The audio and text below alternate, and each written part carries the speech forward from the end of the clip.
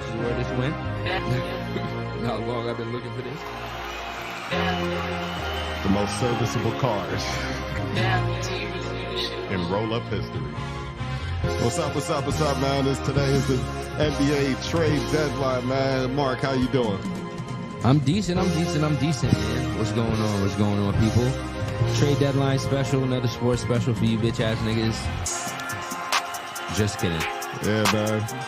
Nah, man, so the NBA is, the trade deadline is going to be stopping at 3 p.m. today. Right now it's 12:44 on Eastern time. So basically, you know, we're going to kind of do a little back and forth, a little light rundown on what trades could possibly happen, what financially makes sense, and what trades already went on, man. So, you know, just tune in with us, and we just here for the shit, man.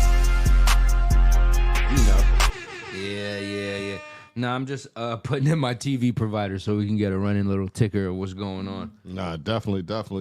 And honestly, in breaking news, we're going to start this off with your New York Knicks. Nah, don't start with Philadelphia. We come to the Knicks. Oh, Philadelphia? Okay. Start with Philly. Yeah, I know they got a little something else. Or shit, you start with the Heat. You a Heat fan. Okay, first trade of the Heat this year was Terry Rozier, correct? We had Terry Rozier getting traded for assets that weren't quite as useful anymore to us. You know what I mean? Still was a big stamp. Shout out to Kyle Lowry. He definitely did us right. You know what I mean? Played some quality minutes. I just thought that contract was a tad bit too long for what his age was. Yeah, he was making a good 30 piece too, man. Yeah. That's crazy. Yeah. That's crazy. And it was that's crazy. That's a crazy amount of bread that y'all signed him for. Yeah, and the reason why I didn't like that is because, like I said, where his age was into what I'm seeing with all these new point guards, right? I know what Pat was thinking. No, I really don't. He was tripping, though. But, like, think about all the new point guards that's out there. Like, is Kyle Lowry going to be able to guard a John Morant? Kyle Lowry can't guard nobody. Exactly, and that's the issue. But at the same time, there's only like 2 point guards that play defense on point guards. Like, out of all 30 teams. No. There's like 2 point guards that actually guard up. DeJounte Murray and Drew Holiday. Yeah, everybody else, for the most part, is going to, you know, but this is where it's an offense versus offense game now.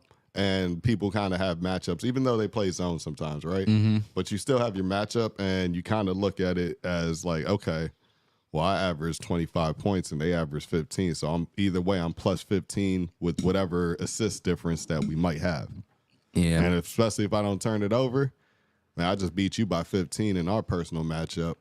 And if you can't slow me down and I could just keep getting buckets, that's how I look at the trade-off. So like if you're gonna, even like with these players like that, right?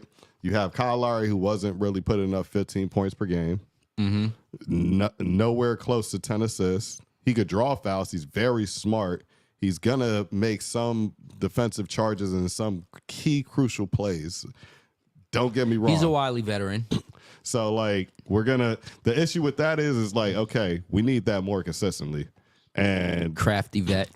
We got Terry Rozier, who's been kind of like, because of the season with LaMelo getting hurt, he's been able to average like 23 points per game, a pretty nice assist. Like some of the shot choices are is not a little to be desired, but he still can score.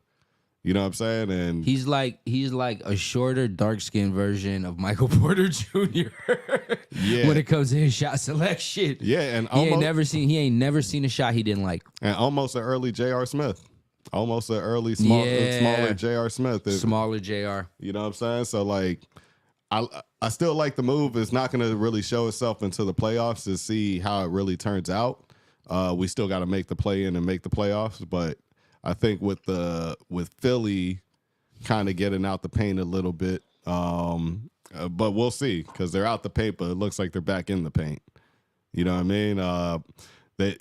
And the reason what I'm saying is just because they lost Joel Embiid recently, yeah, they lost him. Meniscus. And meniscus here, he was averaging somewhere between 30 and 15 damn near. Yeah, it might have been even 33 to 35. Who knows? Double. You know what I'm saying? Double back-to-back MVP seasons for sure. Yeah, but, well, obviously this year has the new 65-game rule. Where I mean, he was on the way. He was on the way, though. Obviously, it's a wrap. Yeah, now he's not going to be able to get that. So now you have the team, and they've lost, I want to say, their last, like, 2 out of 3 when he hasn't played. What you mean? They've lost the last 7 games. Oh. 6 or 7 games. Oh, even when... Or no, they lost the last 7 of 8. 7 of 8. So, yeah, they've been on a losing streak, and now it looks like they're on their... They lost last night, too, right? Yeah, they lost so to now the it's like 8 and 9. Warriors, yeah. So it kind of goes to show you that he is a true MVP, because when you take him out of that system and nobody else is there besides Maxey and you have Tobias Harris, it's not enough to win games so far from what we're seeing. They're not constructed. Now, if they still had Harden there with everything going on, they probably would win like half of those games. I mean, they just picked up Buddy Hield, right? I don't know really what that's gonna do because they need a center and they need a good scoring center at that to replace him. And there's only a couple in the league. I think, all right, with that trade that's going, okay, trades are trading now, but let's see. Who did they give up? They gave up Marcus Morris, who had some playing time, right? Wait, what? It was the Sixers trade. Marcus Morris was on, not Marcus Smart, Marcus Morris, the Morris twin. Yeah, okay. Yeah. I want to clear it up. Marcus Smart. You know, actually, ironically, I did say when we were talking yesterday that it would be smart if Philly looked for like a Marcus Smart type of player, but it seemed like it worked out. The trade for the Sixers officially between Pacers and Sixers is Buddy Hield from the Pacers for Marcus Morris, Korkmaz, and 3 second-round picks. So that's not bad. That's really not bad. You're getting somebody that's ultra. That's not bad. That's ultra consistent at shooting. Now the Pacers open up Benedict Mathurin to be a starter and play the 2 for real now. So, you know, you're going to have Tyrese Halliburton setting them up. Pacers are looking pretty good, too. Pacers are looking like a good team. Yeah. But I also do like this move for the Sixers. And the reason why I'm saying that is you got yourself a solid shooter that doesn't have to put the ball on the ground too much. You got Tyrese Maxey who could run around and get the ball to him. You got Tobias Harris. And then when Embiid does come back, that is a strong team with Kelly Oubre as well in that mix. That is a strong team. That's not necessarily a weak team. And plus, that should give Embiid so much more spacing. You know what I'm saying? Mm-hmm. So I kind of like what's going on there. Also, the Sixers also made an additional trade too. They got rid of Daniel House, who was also a part of the whole James Harden stimulus package and everything like that. You got rid of Daniel House and 2 second-rounders for the Pistons, create more flexibilities for buyouts. All right, so that means they probably either going to buy somebody out or wait for the buyout market. Well, who would they buy out? No, I think they're creating space financially on the Sixers. So if people are on the buyout market, they can pick them up. They can just pick them up. So I think that's what they're going to do for their big men now. Now that I'm just looking at it, remember the guy Daniel Gafford too? Yeah, who I said it was on the Wizards. It looks like he got traded. Yeah, he got traded to the Mavericks from the Wizards for Rashawn Holmes. That's just another nothing title run altering. Yeah, so far. I think if anything that they still need another small forward when it comes to the Mavericks, but if anything that gives them another veteran lob threat kind of going on. Or this could mean more moves for them to get rid of Kleba, Powell, and try to, you know what I'm saying, and try to get like a small forward that can score. We'll see. And then let's see. Thunder acquired Gordon Hayward for Trey Mann, Davis Bertans, and Michich. So Bertans is on Charlotte. Now he's on Charlotte. You got Bertans. Trey Mann is a solid player, actually. Who got Gordon Hayward? The Thunder. Remember I told you they needed to spend some money. Remember they just had, I was like, they need somebody there, but nobody that's going to take over anybody's spot. Almost. I guess that's, again, that's not going to, I don't see that seems like a lateral movement to me. It doesn't seem like it's going to alter anything. I understand. I do have Shea for MVP though. No, here, let me tell you the ramifications of why they did that. I'm kind of there with you on the Shea part too, to address that. Let me tell you why I'm there with you on that, right? Gordon Hayward, can you look up his contract real quick? Matter of fact, I'll pull it. Yeah, let me pull it up. Gordon Hayward contract. Because I got to see when he's off, right? Because obviously they got to spend money, but you have a lot of young guys that aren't really getting paid, right? So now you got to spend this money. You got to hit a certain threshold, but how long do they have to hold on to him for? I don't think he's done after this year. They really just wiped expiring contract. They just wiped it off the books. Expiring contract.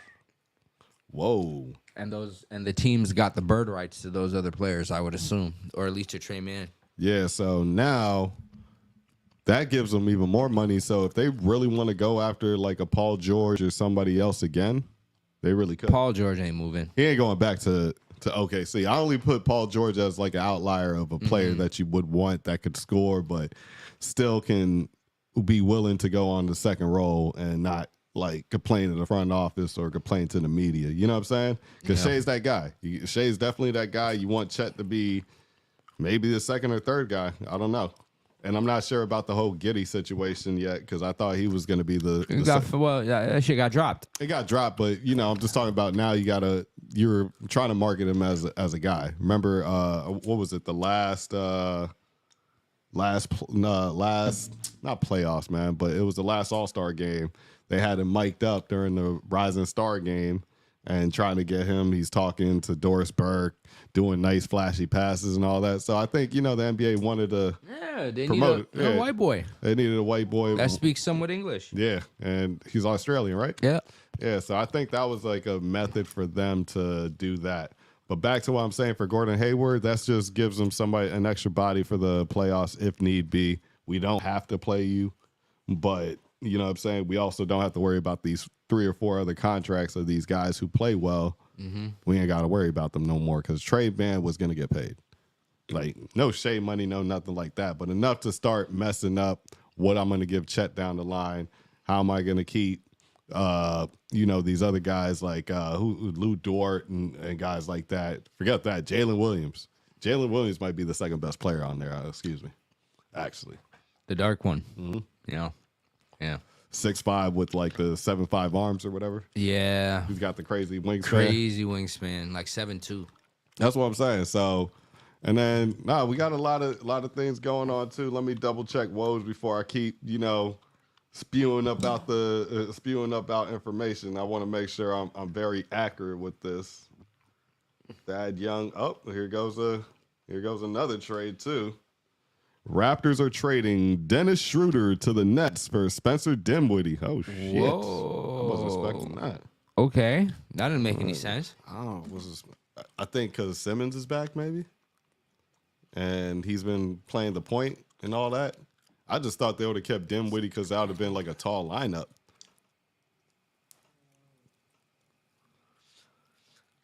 I guess.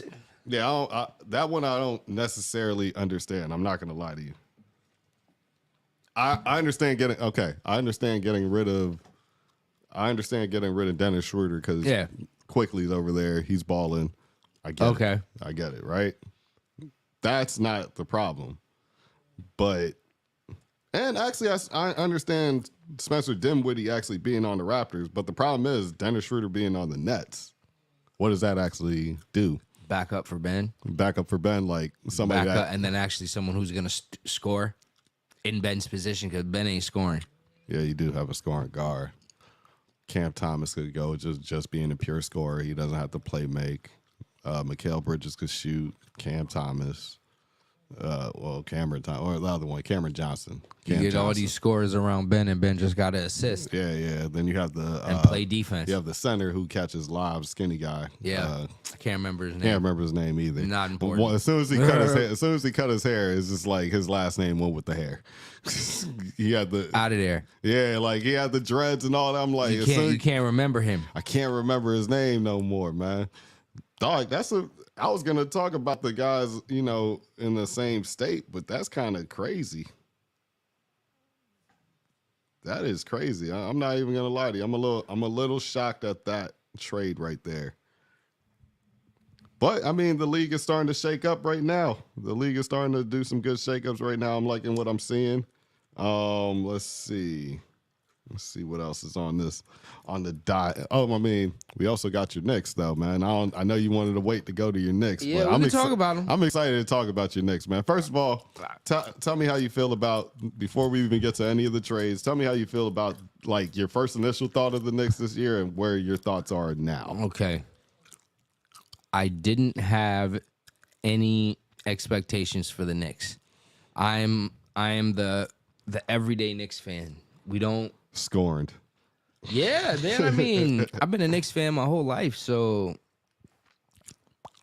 Pat not dunking the ball, us losing to the Spurs, Melo not making it out of the second round, the Larry Hughes. I mean, not Larry Hughes, but the Allen Houston years. Are we gonna not? Are you gonna forget about the Marbury plus? The Marbury Stoudemire years. Nah, forget that. Marbury. With what's the name? The other guard, Steve Francis. It was like an exciting. That's like a New York team that just was not meant to win. But that's like y'all would still love having a bunch of teams like that to have exciting players to be like, you know what? At least we have X, Y, Z. Am I correct? Yeah. I don't. New York. I mean, the New York Knicks is known is like traditionally a point guard heavy team. Like when I say heavy, like we're known to have a good point guard. Yeah. Right? You guys. There's a couple years that we went away from it. Yes, like the Melo years, we didn't have a good point guard. I mean, the guys that just came from that state as point guards. We haven't had a good point guard. We haven't had a good point guard since Marbury. And now we finally have one in Jalen Brunson. But as you see, I may disagree a little bit.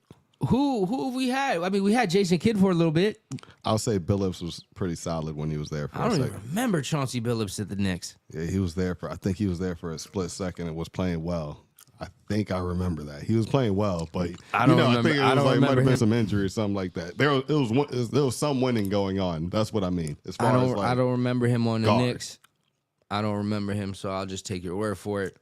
But we got a decent point guard now, but like you saw what LeBron did to Jalen.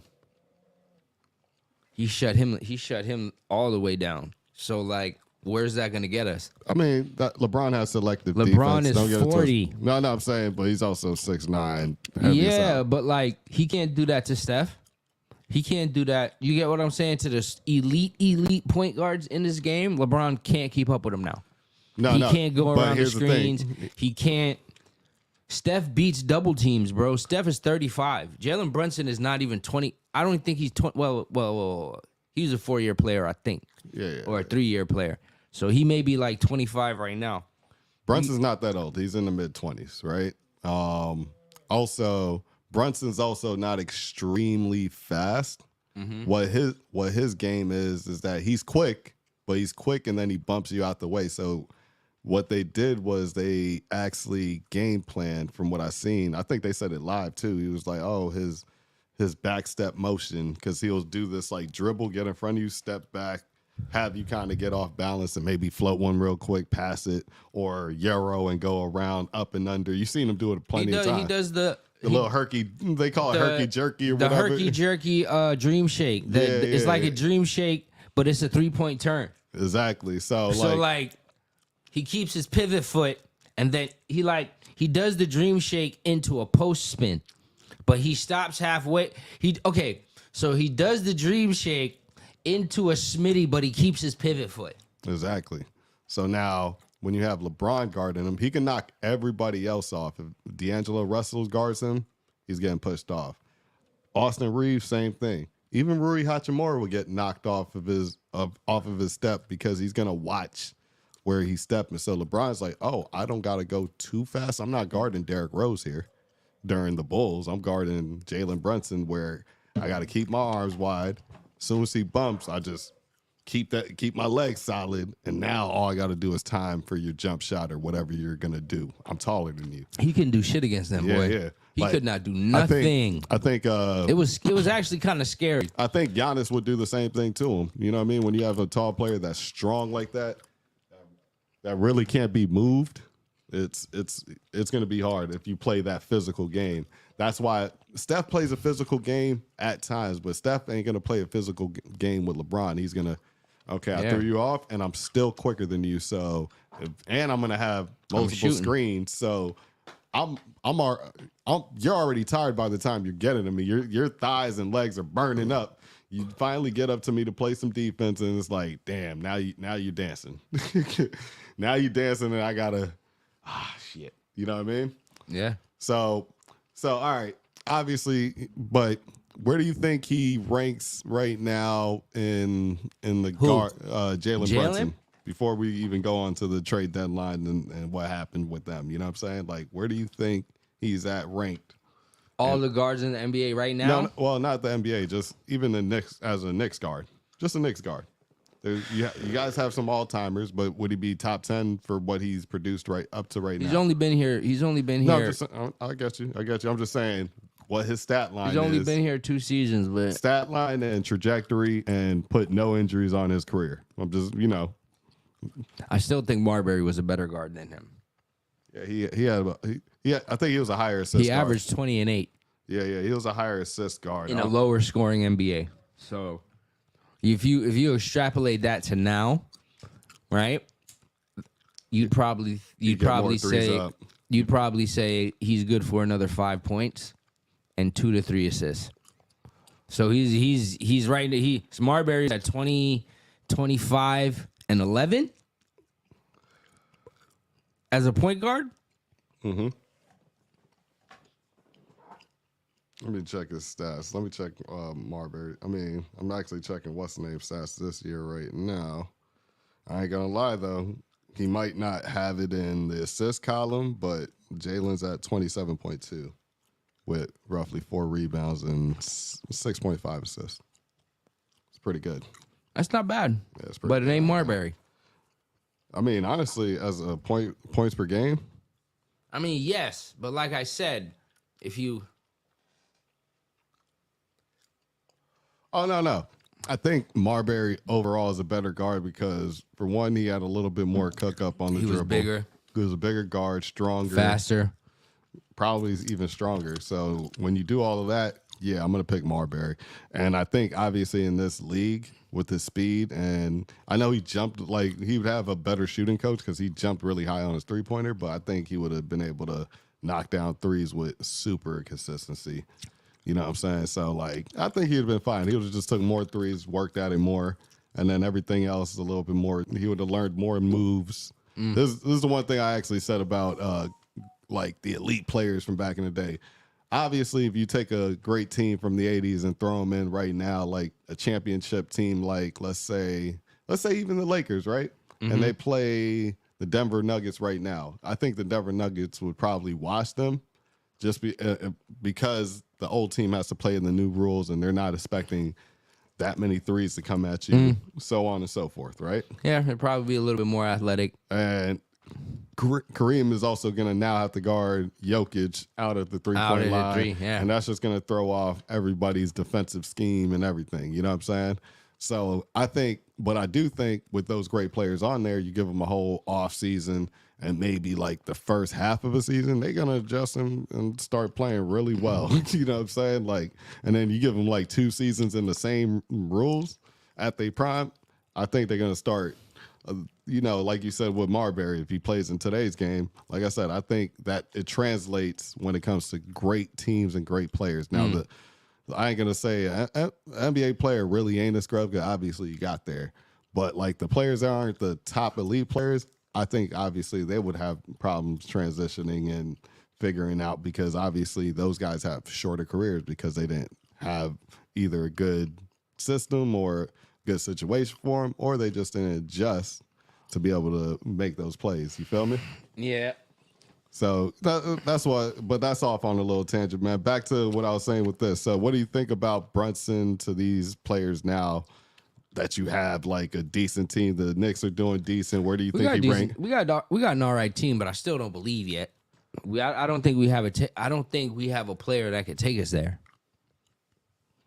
Because if LeBron at 40 was shutting the whole shit down at 40, he's a freak of nature, bro. Yeah, but still, bro. Father, listen, he is slowed down significantly. But you got to remember being a freak of nature, right? I get it, but he's slowed down significantly. He just slowed down into a really good NBA player. Exactly. And a really good NBA player shut the whole Knicks shit down.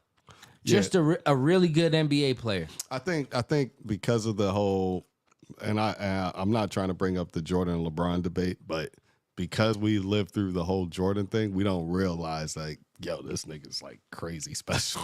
Yeah, I never said he wasn't. Yeah. No, but like this is kind of crazy though. Like, and what makes it even worse? It's kind of crazy. What makes it even worse is he's this good and he only has 4 rings. Only 4 rings. It makes it worse. Like people never talk about that, how great and the longevity and this, that, and the third. It only makes it worse for LeBron.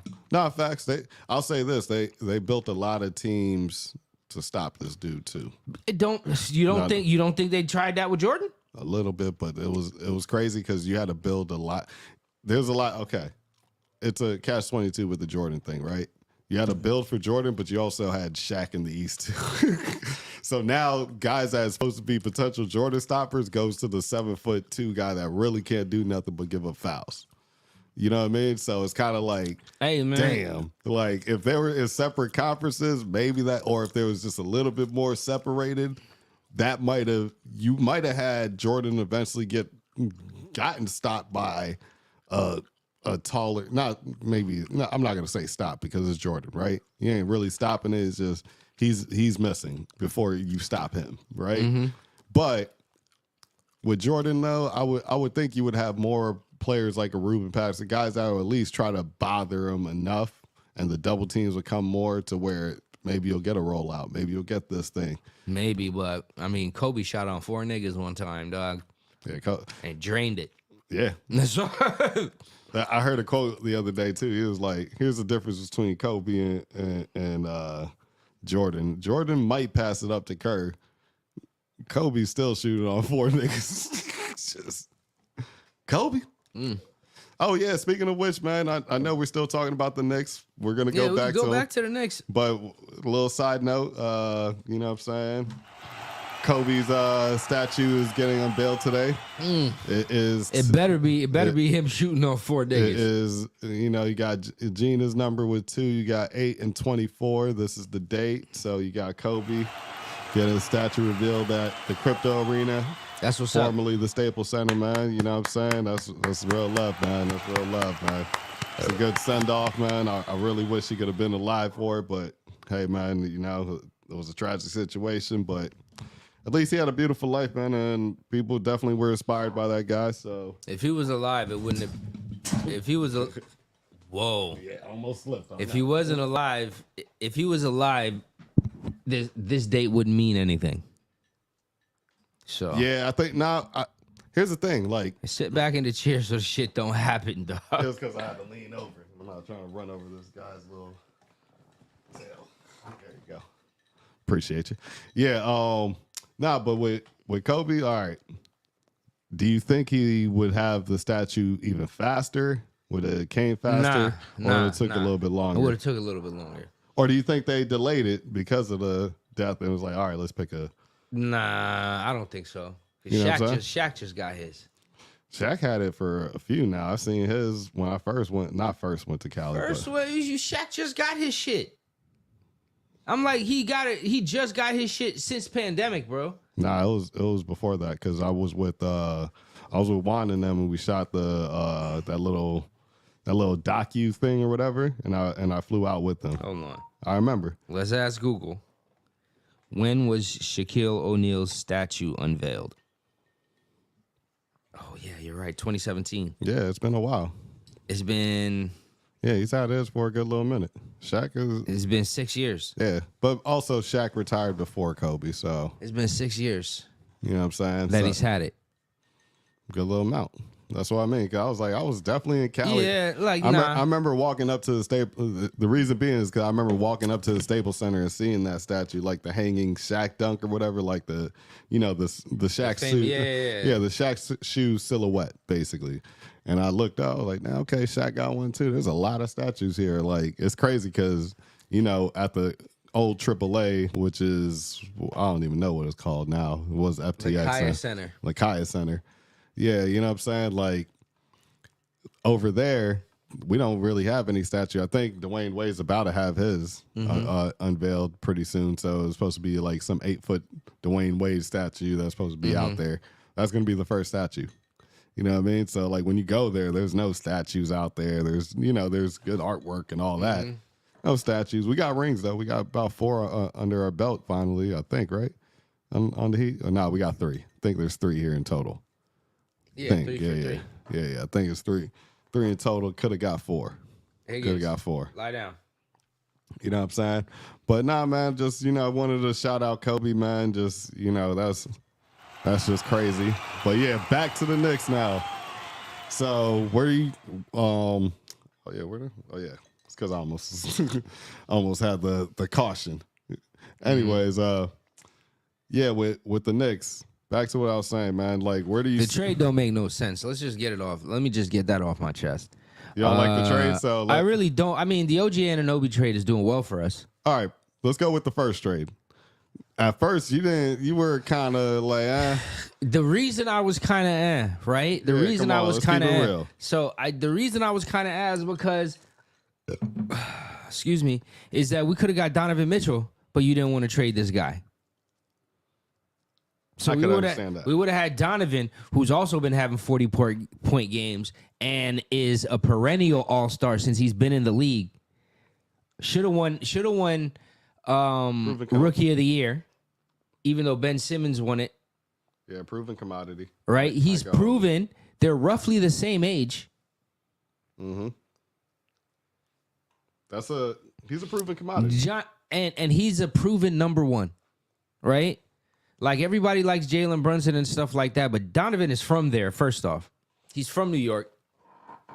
He wanted to play for the Knicks, and they didn't want to give up R.J. Barrett. But then they turn around and give up R.J. Barrett for OG Anunoby? And the funniest part is Donovan's already playing with a small guard already. So, like, I know you don't like a small backcourt, but he's playing fine with Darius Garland right now as we speak. So, averaging what you said he averages. We could have had a completely different team, a more attractive team for a big-name superstar to come by. And obviously, we couldn't get one because of the current trade that we just got. We got fucking Bogdanovich from Detroit, and we got Alec Burks back. Yeah, Alex Burks. I don't like retreads. I don't like when niggas come back. Like, we got rid of you for a reason. Yeah, I could kind of understand that, like, not going back. I do kind of understand that. But at the same time, it somewhat's working out with the Lakers with D'Angelo back, I guess. But I don't know. Okay, with this trade, let's see who was giving up first and foremost. Just so they gave up Quentin Grimes, Evan Fournier. Evan Fournier got rid of? Yeah. I didn't know that. You didn't say that the first time. Yeah, you said Quentin Grimes and 3 picks, 3 second-round picks. That's what you said. No, I said, I'm going to tell you the trade again. It's Quentin Grimes. This is why I said it's him and Evan Fournier. That Evan Fournier's contract is up there, but they also gave up a lot of 3 other pieces plus the picks. So it's Quentin Grimes, Evan Fournier, Malachi Flynn, and Ryan Arcidiacono. Diacono or whatever. Diacono. Okay. Plus 2 second-round picks. So now you have Alex Burks and then Bojan Bogdanovich. But here's what I could say. I know you're skeptical, but I've seen about 3 different playoff series when he was on 2 different teams where he played really well and was carrying the series. Actually, he damn near. Yeah, but he's 35. Like I was saying, in when we were talking about this before, man. Mm-hmm. He's 30-some-odd years old. 1 year deal. He can't defend. He's done. Jalen can't defend. He's done after this year, though. It doesn't matter. He's done. it does kind of matter because you got to. I don't think it matters, bro. Like, all I know is that he's not going to be able to defend the niggas that's going to be scoring on the other team. He plays the wing. I see. And what you're saying. Jalen plays the point guard. The two main positions currently next to big man. Another person we don't have is a big man currently because all our niggas is injured. They decide to get an old 35-year-old European guy that can't defend nobody. I see what you're saying. Now, hear me out here, right? We already had that in Fournier. No, I'm saying, but Fournier wasn't even given no Quentin minutes. Grimes could defend. No minutes, though, for Fournier. And actually, truth in the details, what's his name has been playing well, too.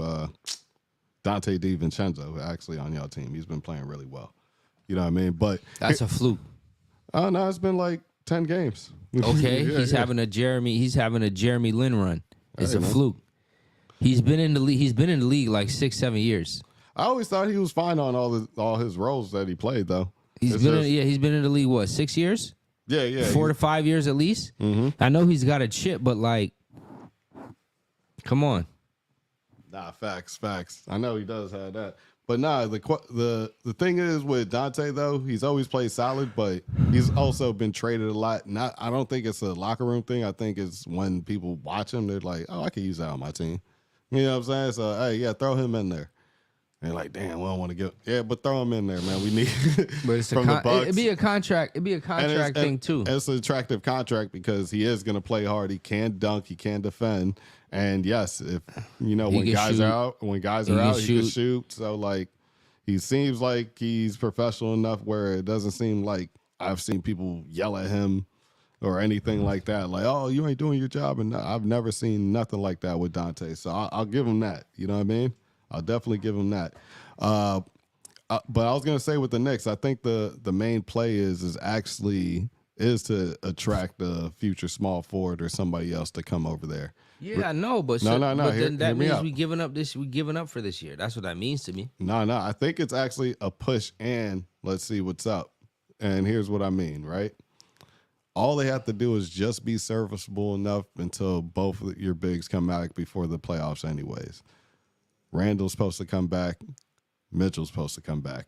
That's already set in stone. So you already have your full lineup about to come. Those two guys are three. You have three defenders out there that's, two-way players with Randall, Mitchell, and Anunoby. Mm-hmm. So technically you can always sacrifice. At max, you want to sacrifice 2 scoring places to be like, okay, they can't defend as much, but we can kind of hide them in different zones and things like that to hold it down. Now, I don't know about all of that, man. Now, here's what I'm saying. If all they got to do is get just far enough, right? If this guy can do one of those miracle, I'm playing well for a whole series and win a series and play like how he plays, typically. I'm about to grab one. Typically. No, the remote, but yeah, you need to light that. Yeah. Well, let me finish. You know what I'm saying? Typically, he's been able, like I mentioned, he gets a lot of those series. So if he gets like 1 or 2 things, they make it to the Eastern Conference Finals. Let's say they skim into the finals. Somebody else is going to finally look at the Knicks and be like, oh, shit, they're finally serious. I can fill in his spot. They have how much money? Yeah, I can rock with that. All right, yeah. Tell my agent to contact them real quick. You know what I'm saying? That's what I mean. Like, it's a move that you don't like now, but I think it's a double-sided move. And I'm looking at it more in an optimistic way. You know what I'm saying? Just looking at it like, I think that's how it's going to eventually go. Oh, shit. They traded Grant Williams, Seth Curry. Hold on. Who? Hornets acquired Grant Williams. Hold on.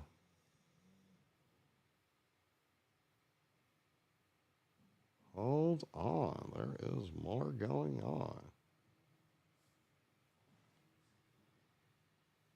Look like Dallas just did a trade. Looks like Grant Williams is gone and Seth Curry and a first-round pick. So is it Miles Bridges? You heard? What happened? I think it's Miles Bridges over in what's the name?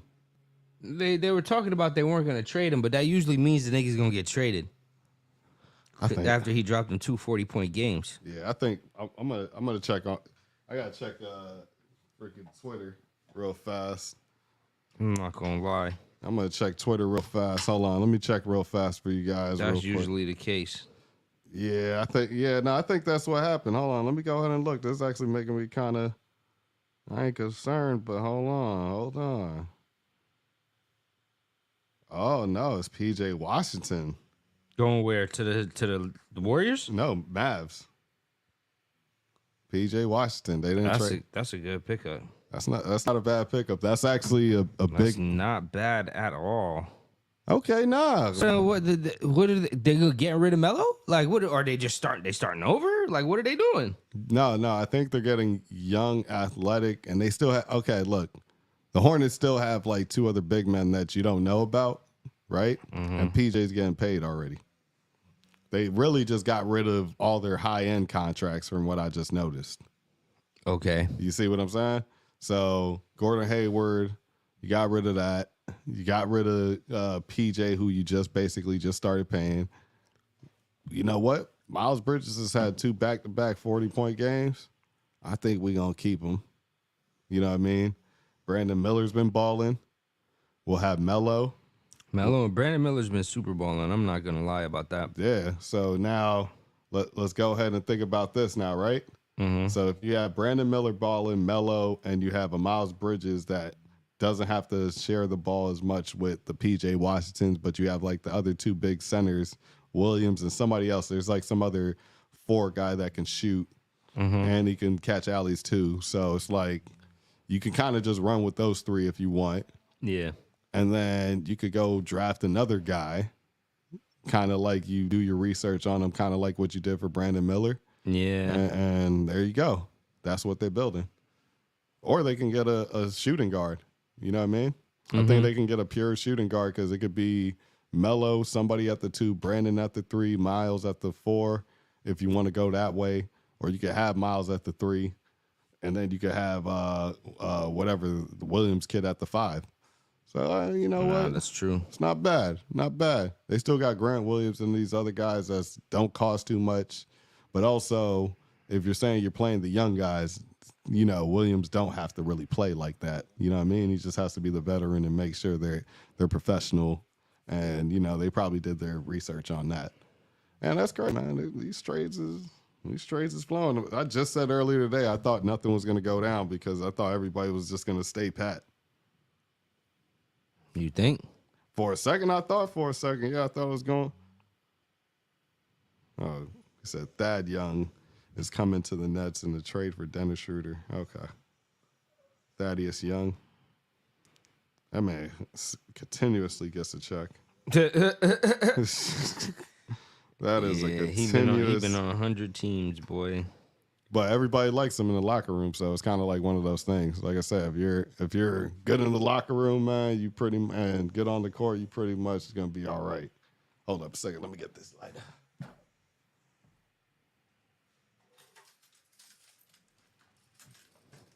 Yeah, man. So with that trade that just popped up, man, what's your thoughts on it overall, though? PJ. Where do you think that moved the Mavs now? They have Gafford plus PJ plus the young kid, the young rookie. That plus PJ, you talking? Yeah. You have the rookie that they just drafted, the center. Yeah. Lively.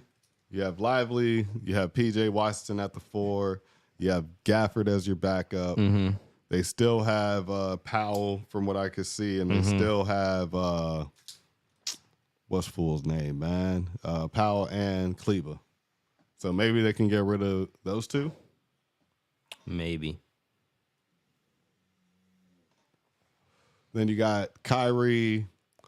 You pretty much got Kyrie, Luka, and that's it, right? And Tim Hardaway Jr. I mean, it makes them a good team. I still think they might need to make one more move, in my opinion. Mm-hmm. I think they need to make one more move to get a backup 2-guard, 3-guard, a 3-man, and they'll be okay. And Damn, trade deadline going crazy. It's going crazy. I guess people are making a whole lot of bench updates. Yeah, no, it's not. It's never going to be a. I don't think. All right, I might be speaking a little bit early, but I don't think it's going to be any mega moves. But there's going to be starters moving around. You know, moves that can ultimately either get you set up well for the playoffs, and like I said, it's a two-sided move. You might get playoffs plus let me see what's up with the off-season kind of moves. Mm-hmm. So this is why I think you guys like what you guys did and picked up Bogdanovich. Like, all right, we're going to get another scorer in there because you guys do need scoring. At the end of the day, you guys do need scoring. I think you guys have enough defenders.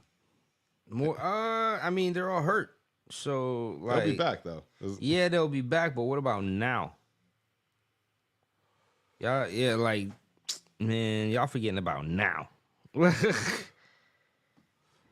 As long as that ankle ain't hurt by Brunson, y'all go a little bit over 500, 600, in the 60% in your wins. Y'all be all right. Y'all go 60% until y'all wins. I don't know if that's possible. Like I said, Brunson got shot the fuck down, dog. Like, what he wasn't looking like a. What were they, like 9-1 until then or something like that? Yeah, of course, but they didn't play anybody good. More than likely, I don't know that they played anybody good. I don't know. I'd have to check that one. Do you know if they played anybody good? Because I don't. I'll check right now. Just so I don't want to be off on my assessment here. Let's check their games. All right. They beat the Pacers, so that's a good team. Jazz is actually in the running, but Hornets ain't that good. They beat the Heat, which is a playoff team. They beat the Nuggets. Heat ain't been looking that good, though, recently. So I wouldn't say that's a good win. I'm just saying they're in the playoffs, so I'm going with they beat the Grizzlies, so I don't really care. Lost to the Lakers. Beat the Knicks. I'm going with the last, I'm going to pick, the last 10 games, all right? Beat the Jazz, beat the Hornets, so I was whatever, beat the Heat, but beat the Nuggets, which is obviously a championship team, beat the Nets, beat the Raptors, beat the Wizards, whatever. Rockets are actually a good team. Magic they lost to the Magic by 4. Beat the Grizzlies again, beat the Mavericks. Okay. And then beat the Trailblazers. They also beat before that, 2 games before that, they still beat the Wizards and also beat the Sixers as well. So they've beaten good teams. Yeah, but Embiid been hurt. No, this one, when they played Wizards is trash. No, I went all the way back to January 5th. They played on the 5th of January. I believe Embiid was healthy around that time. You check the box score. Said check the box score. Check the box score. All right, we'll check it. Let's see what's up. Player stats. Let's see. Nah, Embiid was playing. He had 30. They just got whooped up. Maxey was playing too? I believe so. Okay. If Maxey was playing. He had 9 assists, 1 turnover. Ooh. It's a good game. Okay, maybe. I don't know. I'm not. You're just that skeptical on the Knicks. Of course, I'm skeptical. Like, you acted like I don't have a reason to be skeptical like every other Knicks fan. Is it safe to say that you guys are the Cowboys of the NBA? Nah, because we're not delusional. We don't go into every year saying, yo, this is the year we gonna win it. That's the big difference between Knicks fans and Cowboys fans. We never go in like, yo, we winning it this year, B. Nah, y'all just been off that for the past 5 to 6 years. We've been off that for the past 20 years. That skit was false because niggas never, no Knicks fan. Let me tell you, when Melo was in town. Maybe Jets fans. When Melo was in town, good God, y'all niggas. Yeah, but Melo ain't been in town for a while, bro. That's what I'm saying. Melo ain't been in town for damn near a decade. Then eventually that illustrious Melo has not been in town for a decade, bro. And then that all wore off. I think y'all came to a private meeting saying we ain't gonna celebrate this shit like that. Whenever they start winning, we back, but we ain't gonna just start hedging y'all bets like Cowboys fans do. But no, y'all got, like I said, I think the team overall in the Knicks fire so far. I think to me, y'all better than the Heat right now. You think so? As far as makeup of the team, Y'all are healthy, so I don't know. Like I said, you guys are extremely. I'm talking about if you're fully healthy and going versus each other. I think this year the Knicks might be able to get the Heat. I don't know, bro. Nah, I don't think so. I don't believe it. Not in the playoffs. And also, remember what I told you too. Like I don't trust Tibbs. I don't trust Tibbs to keep my niggas healthy to the playoffs. He's gonna run them niggas to the down to the ground, dog. He's gonna run them niggas to the bone. That's all I'm saying. So look out for that. That's why these niggas is injured now. Good old Tibbs.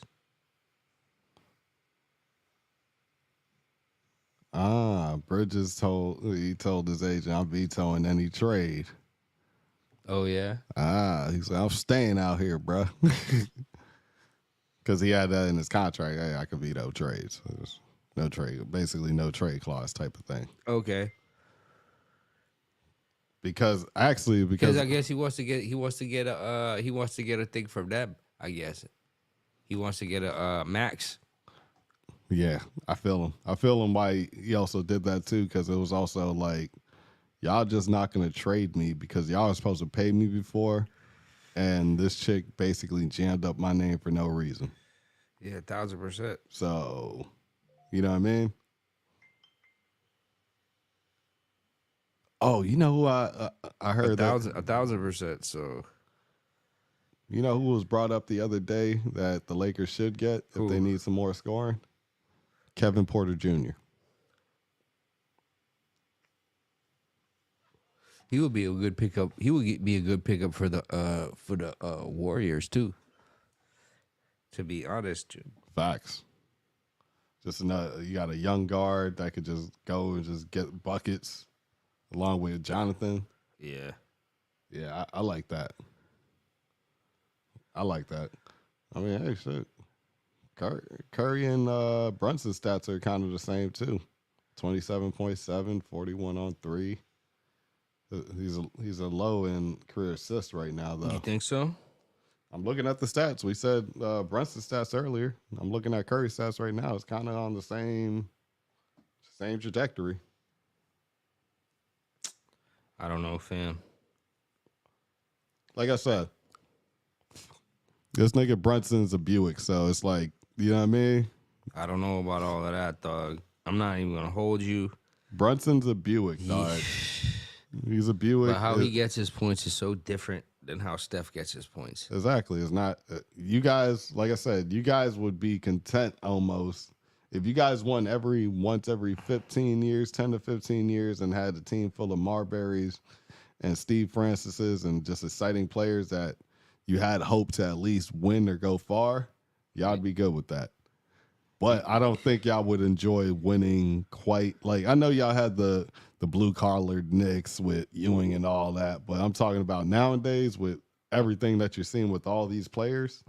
Y'all definitely want the John Morant version of a championship if you could have it. You think so? Man, if y'all could have had AI and won a championship, y'all would fucking. You know how much bigger AI would be if he ever won a championship on the Knicks with his style of play. I hear you, but I don't believe it. I think y'all truly enjoy. Y'all love winning for sure, but I think facts. y'all enjoy more exciting players to watch. Yeah, I mean, yeah, overall. yeah, it's the Garden, baby. What are you talking about? That's what I'm saying. So what are you talking about? So basically, what I'm saying is, and there's no like slight to any. We need like 2 levels under the Harlem Globetrotters and win a chip. Here's what y'all would like. All right, basically, y'all would trade Tim Duncan for KG based off his style of play. Yeah. based off of style of play and personality. Y'all would be like, yo, why don't we get KG? Y'all want the nigga, the nigga that's slapping the floor, clapping his hand, talking shit, anything is possible. Chest, beating his chest, saying quotables, all that. But Tim Duncan gonna just give it to you like pause, but quiet. He's that's a major pause. Wow. You know what I'm saying? He gonna go quiet with you. It's like, all right. He's just real cerebral. All right, post move, hook. No emotion, running down the court, and you just like, damn, he's doing his job, but it just looks so ugly. Yeah, it's not even as ugly. It's just shit ugly. I just don't see shit boring. I just don't see you cheering after or getting into it that with shit anybody. Boring. Another shot off the backboard. Yeah, like turn around. Shot off the backboard. Shot off the backboard. Turn around. If y'all can have like a Zach LaVine, a Zion Williamson, and all that, right? Mm-hmm. I think y'all would take that over the Spurs dynasty almost. Maybe not. Obviously, y'all don't know. Nah, them niggas is kind of injury prone though. Not gonna lie. No, I'm just saying as far as excitement and all of that. Like, I'm not gonna lie about that one. Yeah, we definitely. I mean, they were flirting with Zion for the longest. So just as far as excitement, anything else, it's like, all right, you get it. But I'm just talking about it being an exciting team. I think, like I said, that's more important for New York Knicks fans. Y'all want to win. Facts. I'm not discounting y'all want to do that, but y'all want to win it with some flair. That's all I mean. Like, y'all didn't love, like, New York didn't love having Eli Manning win it because he didn't have, like, all the flair in the world. Now, obviously, if he was doing these skits like he was doing back in the day, like, if he would have did it back in the day like that, he'd be more of a personality and his thing would have went up. You know what I mean? Yeah. His profile would have just went up just based off of that. Yeah. So that's what I mean. You guys is, like, very exciting teams, very exciting players and all that. Hold on, let me see what's going on. We got to tap back in with. Yeah, let's see what's going on. If they made any other trades, there's about an hour left. Let's check it. Hold on. Got to go back to the Woj bombs.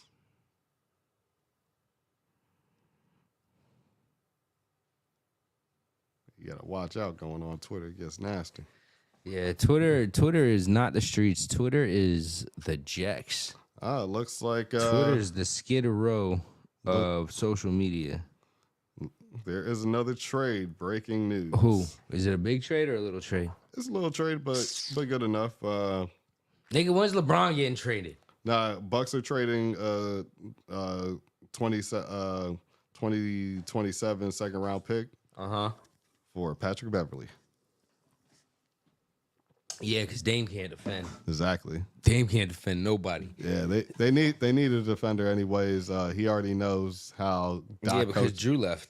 And he knows how Doc coaches. Yeah. So it's like, yeah, that's a good trade for them. That's a good trade. That's a good trade for them. Like, y'all need, it was either the Knicks need to pick up Kelly Olynyk. I don't think Philly's gonna give him up. He's playing so well for him. Philly has. Oh, you said Kelly Olynyk. I thought you said Oubre. Yeah, they were talking about the Warriors getting Kelly Olynyk, but remember I told you they need a big yeah, they need an actual 7-footer, bro. But someone that that's 6'11" or taller. They need somebody.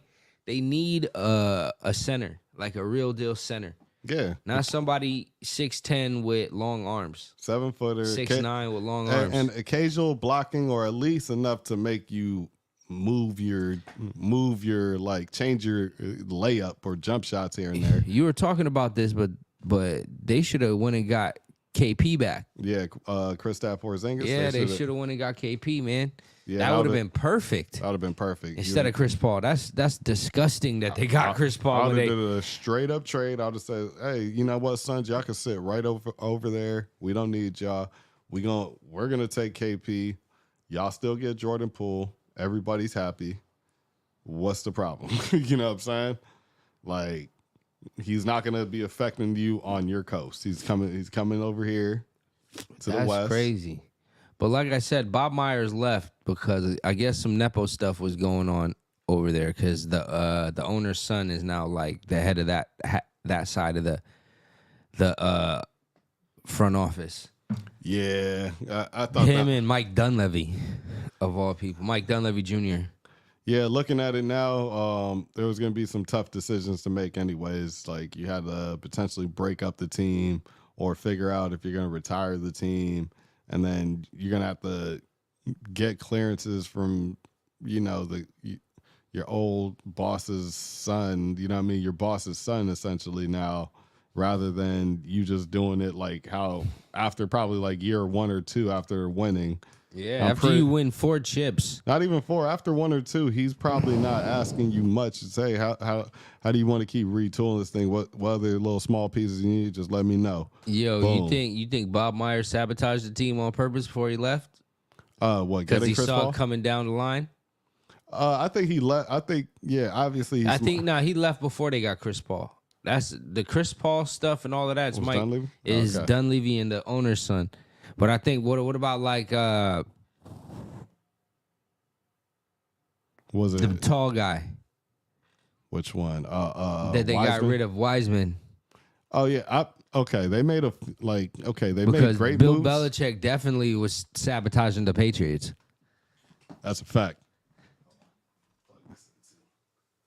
No, that's definitely a fact. Like this nigga, what's the name, dog? All right, I think here's my thoughts on Bob Myers. Right, they've made some great draft picks, great moves. Even moving on from when you had to move on from David Lee to moving what's the name into the starting lineup and making moves after that and getting Andre Iguodala, getting Sean Livingston. That's all fine and great, right? Mm-hmm. My point is the same thing that you said about Alex Burks. Yeah. I kind of feel the same way about the Warriors doing that. They could have just kept him. You never had to actually let the guy go. You know what I'm saying? Yeah. So Gary Payton II, right? They shouldn't have let him go. Shouldn't have let him go. So that means, but he was a contributor, right? Mm-hmm. He was a contributor to a championship team. Yeah. What I'm saying is Alex Burks was just a nigga there. No, I get that, but it's still somebody else coming back, and Alex Burks actually a lot of times was scoring for them. Yeah, he was scoring, dog. But y'all had nobody. He's not a winner. No. I mean, in this team, you just got to treat him as a 6-man, 7-man type of hey. But the Knicks was full of non-winners, so I think they have the mindset to win. They got the formula, so I think it kind of works. But with the whole thing with even before the whole Kristaps Porzingis part, here's what I'm saying about the Warriors, right? Their real issue is that you drafted Wiseman when you could have had Melo. You made a great pickup with Gary Payton, and you made a great pickup. Kuminga was a good pickup. Kuminga was a great pickup, and also Jordan Poole, great pickup. I'm not saying, but not the way it all worked out. I wouldn't say it's a great pickup. Even look how he is in Washington. They're not really liking him. They're trying to get rid of his ass. I get it. Great pickup for them to win. But even if that were to play out the same way, right? Mm-hmm. You still would have LaMelo. You feel me? Uh-huh. You still would have LaMelo in this whole mix. And if you were smart enough, you would have kept Gary Payton II. And if you were smart enough, you could have still traded Jordan Poole for assets now. Because you might not need all that much more after that. You know what I'm saying? Mm-hmm. You'd have had LaMelo. You'd have somebody that could drop 20-plus points easy, 25 points, bunch of assists if need be, depending on – you just got to tell – all you got to do is tell Melo, hey, man, we need you to just lock in on scoring. We're going to have Draymond setting everybody up. All right, hey, but when he's out, I need you to be a scorer / playmaker. But when he's in, just stick to scoring. All right, yeah. Did we already talk about the pose? Did we already talk about the pose for Kobe statue? Oh, yeah. I don't know what the pose is, though. What Did we talk about it on here? Nah, I don't know what the pose is. What do you think it's going to be? They just showed it. They just showed 9 different pictures. They're like, yo, what do you think the pose should be? Maybe it's his 2K cover when he does like when he flexes his jersey and does the underbite. Or it could be, but he also kind of copied the Jordan fist pump, but he did do a lot of fist pump. It's got to be him doing a fadeaway on 4 niggas, bro. It has to be. You could also. That encapsulates what Kobe was. Oh, you're saying, but you're asking if he's going to be in an action move or is he going to be just in a regular pose? Yeah, they're like, what do you think the statue's going to be? Like, they had the jersey bite. They had this one. They had a fadeaway. They have this one. They got the reverse dunk. Not that one, but they got a reverse dunk. I remember that one. He killed on that one. There's so many dunks. It should be the fadeaway on 4 niggas. Like, you talking about the one on the Suns when he won? Yeah, when he faded away on 4 niggas. 4 niggas was guarding him, and he faded away on their ass. Because it was Smush Parker open. What else were you going to do? There was no way he was going to pass the ball to goddamn Smush. The hell? Hell no. But I think his pose would probably be, honestly, I could see it just from a placement standpoint. If it's on the ground, if it's just on the ground in a walkway area, it's the one where he's not going to do biting the jersey because they don't want to hide his face. So I think that one's out, right? I think him flexing the Lakers logo in front of a place where the Lakers play. They got the one where his back's turned to and you see the Kobe 24 on it.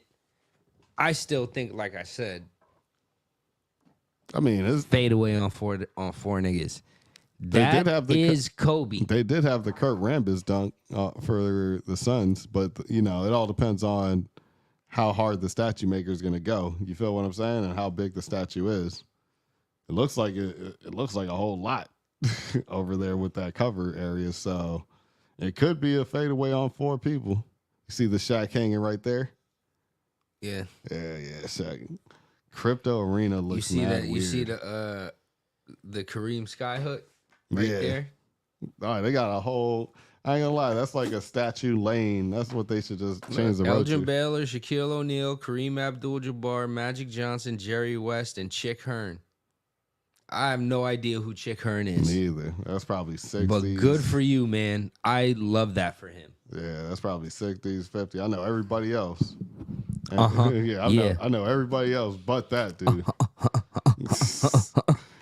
I was about to tell you, check Woj to see what else is up and see if anything else popped up. Nah, that shit would come across that shit would definitely come across the bottom line. I can't believe. Well, you know what? Now, all right. Let me ask you. Going back to, I know we said that's a good pickup for the Bucks. How much does that help them? Does that solidify them back? I know it's just Patrick Beverly, but I think it'll solidify their defense back to, especially on the second team.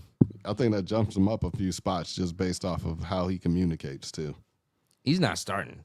He's not starting, but he communicates like he could be their player defensive coordinator on almost. Yeah, facts. Like, all right, hey, we got to get in these spots. He definitely might be the first in the first rotation, like first nigga off the bench for sure. Yeah, for sure. Because the thing is, they still got enough scoring in the starting lineup, whether Cass admitted it or not. So I like Morris out there, but technically you could have Beverly out there harassing people starting out the game if you really want to.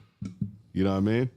If you really want to, you could have him start out the game and have Morris off the bench shooting everything. He's already played with Morris too, so he's already he's already had Doc as a coach, has Morris that he's played with. He's probably going to be guarding the 2s and the 1s. Whoever's the stronger person. He's going to play with Dame too, because that's the one thing I was always concerned about too. They have a small backcourt as well. You think Bucks. so? They have everybody else is big as fuck, but yeah. Like, I mean, well, Chris Middleton is 6'7", 6'8". Yeah, he plays a 3. Does he? Yeah, plays a 3 now because Morris is at the. You know what I'm saying? I mean, they usually had him at the 2, bro. I know, but Morris and Dame are at the 1 and 2 in the starting lineup. Morris, is it Morris? The shooter, that's at the 2. I gotta look at Bucks roster. He used to play for. He was just on. You talking about Grayson Allen? Grayson Allen is gone from the Bucks. He's on the Suns. Hold on, I gotta look up his name. It might be Monte Morris. I don't know. Bucks. Monte Morris. Nah, I don't know who that is. He's a shooter though.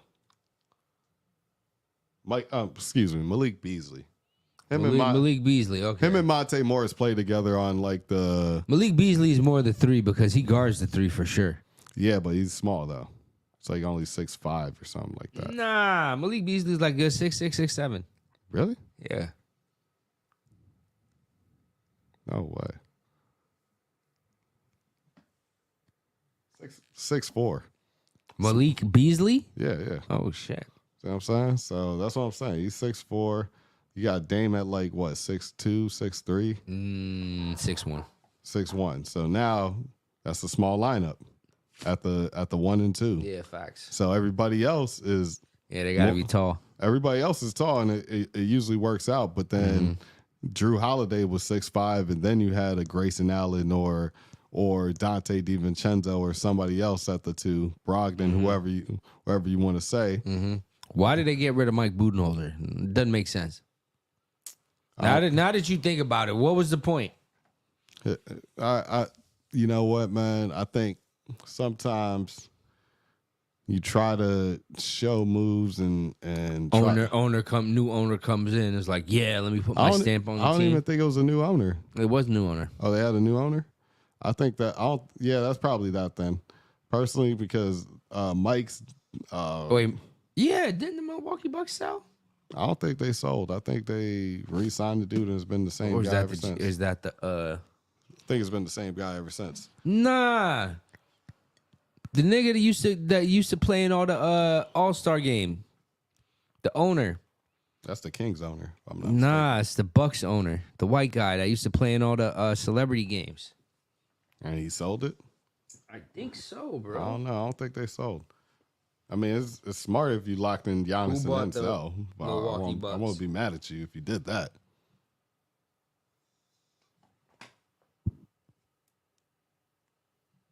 In February 2023, the NBA Board of Governors approved the sale of Mark Larcy's ownership stakes to the Milwaukee Bucks to Jimmy and Dee Haslam. Haslams, who also own the Cleveland Cavaliers, are billionaires. Oh, okay. All right. So that just is recent as hell. I didn't even know that. I think they owned the whatchamacallits too. The Cleveland Browns. All right, so these moves are most likely being pressured from ownership then. Apparently, Mike Budenholzer had like a death in the family or something like that. He lost his brother or father, somebody like that, somebody very close in his family. So, and it was during the playoffs, right in the middle of the series too. Then also Giannis got hurt. So that's why they really didn't perform how they were supposed to. So they let him go from there. And I think that was probably a bad move. Even though Mike always looks stressed, they got this nigga talking about his pops. Hey, he said. Oh man, they got rid of campaign. He got this nigga talking about his pops. It was good that the Bucks got rid of campaign. Actually, I just felt like that didn't work. Who you like for the Super Bowl? Not going against the light skinned brother, but you can't go against anybody that's betting against Patrick Mahomes. You're nuts. Yeah, don't bet against Pat. He's the underdog. Yeah, I really. Now listen, money line Patrick Mahomes, bro. Now, all right, just as simply as far as like roster for roster. Yeah, 49ers are better, but experience for experience, it's not right now. It ain't even close. You know what I'm saying? Just the experience portion of it. So like, even if the Chiefs come out not playing so hot, they have a better chance psyching themselves out and coming back and winning, as opposed to if that happens to the 49ers. I don't think the 49ers will have enough mental fortitude to be able to just, all right, we need to flip this switch and turn it around. That's usually what the experience parts comes to your head and just really helps you out in those tough times. But then again, you know, sometimes when you don't know, you're just sometimes you can luckily win that way too, because you're just playing off of sheer ignorance and skill. You know what I'm saying? Yeah. And that could happen as well too. Mike Shanahan has a lot to try to prove on there. San Fran has been in this position before with Colin Kaepernick, so I'm pretty sure they really want this. Mm-hmm. You know, I am a fan of the 49ers, but like I said, betting man-wise. Like I said on the other show, there's a theory.